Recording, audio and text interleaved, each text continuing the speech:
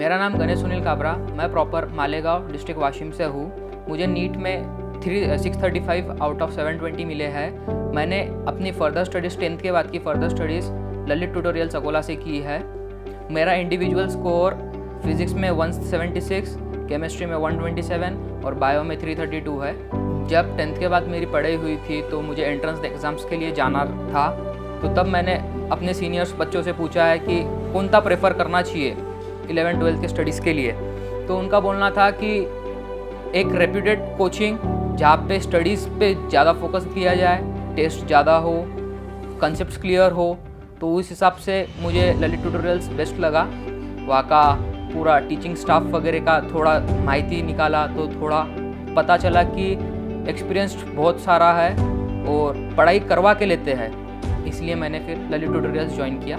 मुझे फ़िज़िक्स में 176 मिले हैं 180 में से। अब फिज़िक्स की बात की जाए तो ललित ट्यूटोरियल्स के main sir Kalbande sir physics के किंग भी बोल सकते हैं, उनसे ही सब कुछ पढ़ा है, तो स्कोर तो आना लाजमी है। ललित कालबांडे सर की बात की जाए तो फिज़िक्स सर का था कि कोई शॉर्टकट नहीं रहना चाहिए, पूरी प्रोसेस जान लो, प्रोसेस वाइज आंसर सॉल्व करो। इतनी प्रैक्टिस हो जाएंगी कि जब क्वेश्चन देखे बरोबर ही आपको समझ में आ जाएगा कि इसे किस प्रोसेस से सॉल्व करना है। फिर और प्रैक्टिस बच्चे करते नहीं हैं, तो उस हिसाब से सर टेस्ट ले लेते हैं, तो बच्चों को टेस्ट सॉल्व करना ही पड़ता है, तो साथ में साथ प्रैक्टिस भी हो जाती है। एक टाइम लिमिट के अंदर अपने को उतने क्वेश्चन भी सॉल्व करना रहता है, और टेस्ट होने के बाद में सर एक्सप्लेनेशन करवा लेते हैं, तो फिर कोई प्रॉब्लम ही होता नहीं है। तो क्वेश्चन नहीं भी आए तो कोई इतनी बड़ी बात नहीं है, वो तो फॉर प्रिपरेशन से टेस्ट लेते रहते हैं। जब मैं फिज़िक्स का पेपर सॉल्व कर रहा था तो पेपर तो अच्छा लगा था मुझे। एक क्वेश्चन में थोड़ा कन्फ्यूजन हो रहा था, पर लगा कि उसे सॉल्व कर दूंगा और बाय चांस रॉन्ग हो गया तो नेगेटिव में 1 मार्क चल जाएगा। तो मुझे प्रेफर करना लगा कि why should we give 1 marks also, why we should left are 1 marks also.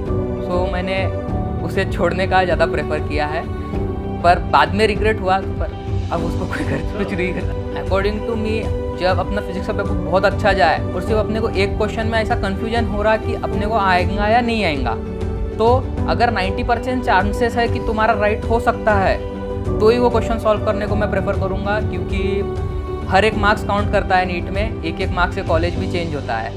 तो जब 90% श्योर शॉट है अपना कि सिलेक्शन होना ही है, और जब अपने को पता है कि सिर्फ एक ही क्वेश्चन है जो मुझे कंफर्म नहीं है और अपने को 90% लग रहा कि उसका आंसर हो सकता वो ही, तो अपन ने उसको करना चाहिए। बायोलॉजी की फैकल्टीज़ की बात करें तो परफेक्ट फुल एनसीईआरटी पेपर आते थे, सर एनसीईआरटी भी सिखाते थे, बाहर से भी सिखाते थे, पर जो काम है सर का व्यू रहता था कि सिर्फ 11th-12th ही नहीं तो थोड़ा बहुत MBBS का भी थोड़ा इंट्रोड्यूस भी हो गए बच्चे तो अच्छा रहेगा। बाकी नीट टेस्ट सीरीज़ के पेपर सर के एनसीईआरटी बेस एकदम कोई देखने का काम नहीं था। और फिर बात करना जाए केमिस्ट्री के लिए, वेल एक्सपीरियंस्ड, फुल ट्रिक्स वगैरह बोल, तो स्टडीज़ में कुछ इतना हार्ड गया ही नहीं हमें उसके लिए। According to me, test series के सर जो पिक करते हैं अपनी हाइट लेवल्स टेस्ट सीरीज़ के, बच्चों को इतना ट्रेन हो जाता है कि अगर इतना हार्ड भी क्वेश्चन आ जाए तो अपने को सॉल्व हो सके। NEET as compare to NEET hard paper निकलते हैं, पर आउट ऑफ सिलेबस नहीं जाते हैं, हार्ड रहते हैं, पर उसके अंदर पूरे एक क्वेश्चन के अंदर 2-3 क्वेश्चंस के कंसेप्ट लग जाते हैं, तो उस हिसाब से प्रैक्टिस ही होती है, उसके कोई प्रॉब्लम नहीं है। एट द एंड नीट का पेपर देना है तो वो इतना हार्ड भी नहीं निकलता है और नॉर्मल रहता है अकॉर्डिंग टू सर के पेपर से। जब हमारे सर ने डेमो टेस्ट, तो सर ने एक आर्टिफिशियली पूरा सेटअप किया था कि एज बच्चे जब नीट के एग्ज़ाम के लिए जाएंगे तो एज इट इज़ उनको वही कंडीशन मिले, वही सिचुएशन मिले कि बच्चा at the day of NEET panic ना करे। अब मैं डेली शेड्यूल तो नहीं रहता था, पर अपने को इतना पढ़ना है ये बस डिसाइड कर लिया था कि आज इतना होना ही चाहिए। और फिर उसके बाद में टेस्ट सॉल्व करना, टेस्ट में क्वेश्चन प्रैक्टिस पे ज़्यादा ध्यान देता था फिजिक्स केमिस्ट्री की, और बायो एनसीईआरटी ज़्यादा से ज़्यादा पढ़ने की कोशिश करता था। एटमॉस्फेयर की बात की जाए तो जहाँ कंपटीशन बहुत रहता है, बच्चे वहाँ ऑटोमेटिक ही पढ़ते हैं, रैंक अपनी बढ़ाने के लिए या दूसरे के अपना स्कोर अच्छा बढ़ाने के लिए, या कुछ सैड फील नहीं होना।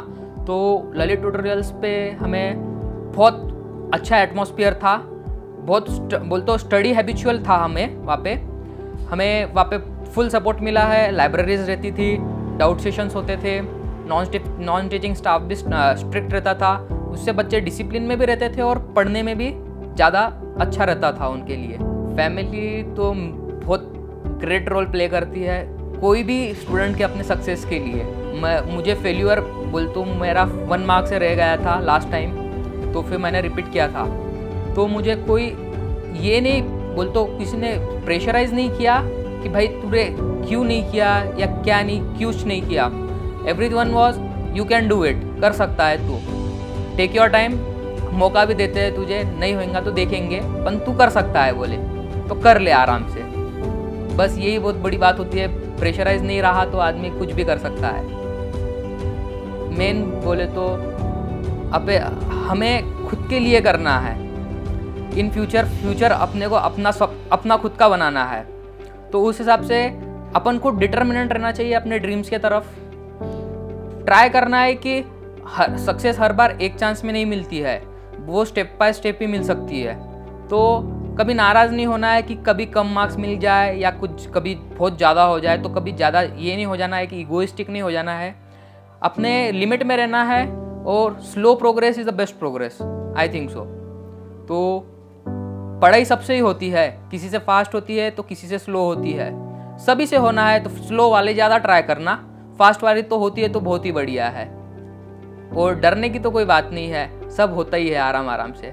मेरा नाम सुनील सोनलाल काबरा, मालेगांव में रहते हैं, जिला वाशिम। गणेश ललित कोचिंग पे लगा है, उसको 635 मार्क मिले उसमें। उसके वजह से फर्स्ट राउंड में बम्बई जे हॉस्पिटल मिला है उसे। कारपांडे सर से मुलाकात हुई हमारी, गणेश के बारे में कोचिंग पूछने के लिए जाते थे आप, मार्क बच्चा कैसा पढ़ाई कर रहा कैसा नहीं, उसको मार्क कैसे मिल रहे सर कैसे नहीं, उस पर ज़रा सा ख्याल रखो बच्चे को। सर हमारे को जब भी गए हम तब भी अच्छी तरह से समझा के बोला, तो आप कोई बात की टेंशन लेना नहीं, हम उसको बराबर सिखाए। और उनका कोचिंग में हमको 1 नंबर लगा। और उनके बारे में 2-4 जनों को पूछने के बाद में हमको उन्होंने ललित कोचिंग के बोला सर के बारे में बताया। इसके वजह मेरे साले ने भी मुझे पहले बच्ची उनकी थी वहाँ, पहला चांस बोले वहीं देने का। मेरा नाम पूजा सुनील काबरा। गर्व से मैं बोलूँगी कि मैं गणेश मेरा बेटा है, पहले से पढ़े वाला है। उसको कोई ज़्यादा ये नहीं करना पड़ता था मेरे को कि भाई तू पढ़ाई कर करके कभी रटना नहीं पड़ता था। खुद ही पहले ही करके बता देता था कि मम्मी मैं ये कर लूँगा करके। सबको खुशी हो रही, सब कुछ मत कर रहा है। मेरी इच्छा यही थी भाई गणेश पढ़ाई करके होशियार हो जाए और हमारे फैमिली का नाम चमका देगा, यही हमारी भारती की इच्छा थी। वो हमको आशा थी, वो हिसाब से सपना एकदम बड़े आनंद के साथ में हो गया है। उसको जिस कॉलेज बिना तो वो हिसाब से हॉस्पिटल मिल गया। मेरा नाम जमुना सोनलाल जी काबरा है, गणेश मेरा पोता है। उनको देखकर बहुत खुशी हो गई।